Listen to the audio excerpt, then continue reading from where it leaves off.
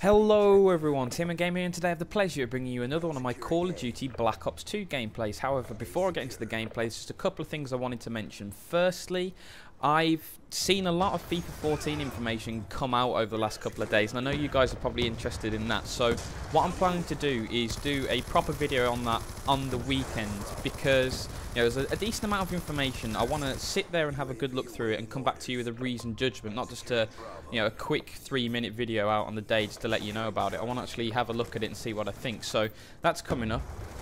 Also, when I was looking through my past videos for that last video uploaded, which is why you shouldn't blindly trust games companies, which is a really good video if you want to check that out.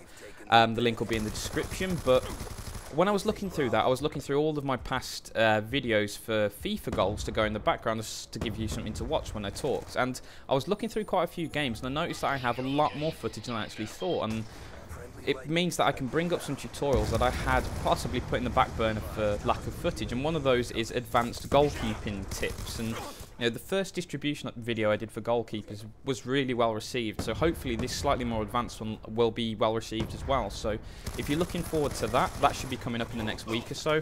I am still planning to do another defending tutorial based more on the micro of your defenders, so maneuvering your individual defenders around and what buttons to press and when, because all of my recent videos on defending, and pretty much all my videos in general, have been on theory and what you need to be thinking and where you need to move your players in general and covering spaces.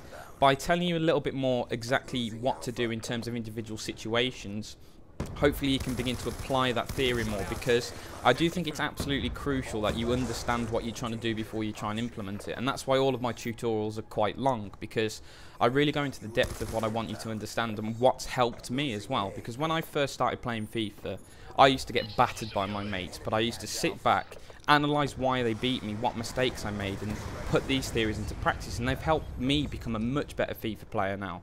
And that's sort of one of the main motivations for me doing tutorials, is to pass on what took me a long time and a lot of heavy defeats to learn, to try and cut that bit out of the game, because FIFA is very frustrating when you keep getting beaten.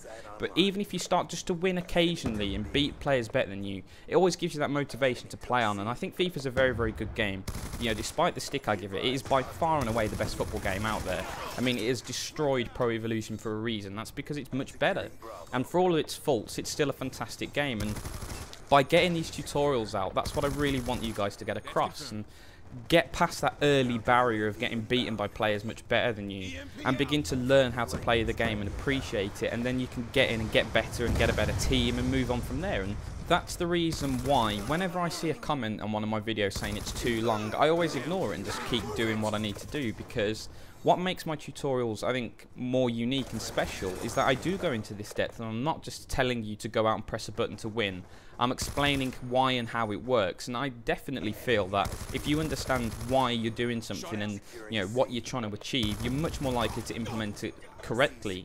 Because if you make a mistake, you can immediately go, that's why, because I did that incorrectly, and you learn from that and improve. And I'm not going to change the way my tutorials really work in that sense. They have come down in length a little bit, but that's because I'm getting my commentary better and I'm getting more concise. I'm still getting across everything I want you guys to know, and I'm never ever going to scrimp on content and tutorials. So if you guys are a little bit frustrated and one taking a long time to come out or whatever, or you've got a particular tutorial that you're very urgently want me to get on, but it's a little bit lower in my list, I can only apologise, because I'm not going to just churn out 5 or 6 of these in a week and have them poor quality.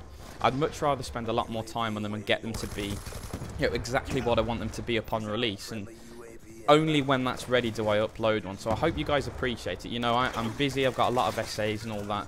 I like to play other games as well. I've been playing a lot of Terraria recently. I've been thoroughly enjoying that, so I might get a video up on that. Played a bit of Portal recently, played a lot of Madden actually. Borrowed that off my mate and really enjoyed doing the franchise mode on that. And so unfortunately, FIFA doesn't spend the vast majority of my gaming time. And I don't game all the time. I have other things on my mind as well. I do other things, so it's not like I can spend 6, 7, 8 hours a day every single day just on FIFA. But I fit it in whenever I can, and I really hope you guys enjoy my FIFA content. And that's why I've been trying to do some more live comms, because I understand a lot of you guys are out there for my FIFA stuff, and that's the prime reason you've come to this channel. But like I say, I don't have the time to spend, you know, making 5-6 high quality tutorials a week, or the best I can make.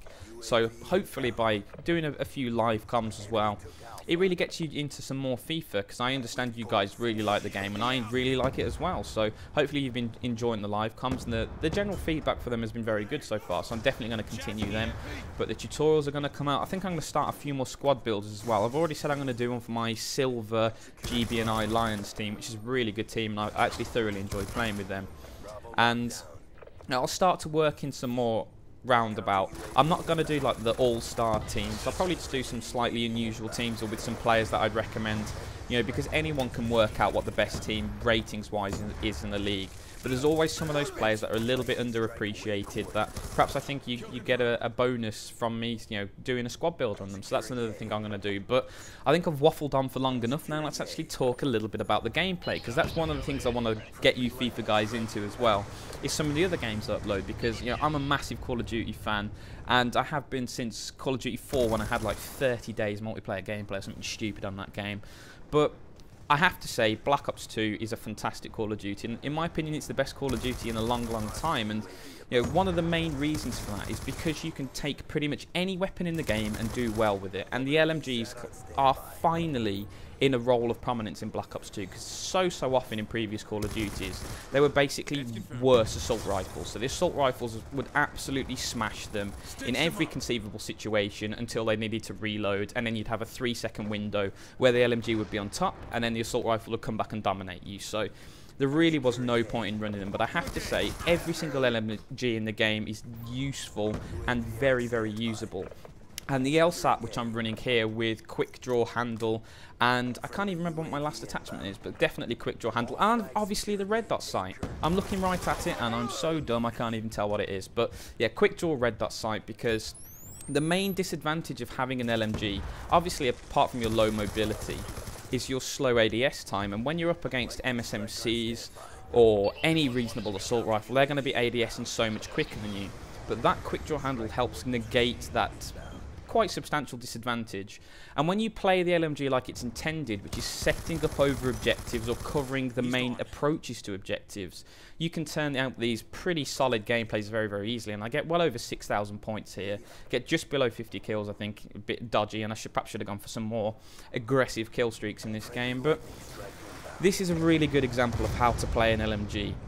You know, you're not just bull rushing in, you're holding back. This is the sort of range you want your engagements to be at in an ideal world, because this is where you have a distinct advantage. And you can see there, those two guys died in a heartbeat. They were just drilled by this weapon, and it's so accurate, really handles well for an LMG. So I do heartily recommend you guys trying it out. But once again, I really hope you've enjoyed the commentary. It's been a little bit of a hodgepodge today. There was a lot of things I wanted to cover, but I felt they were all interesting topics to talk about. But once again, I think the final score there is about 46-12 with 14 defends I think I get in the game. So a nice solid game. But once again, thank you so much for watching. I hope you've enjoyed the video, and as always, have a great day.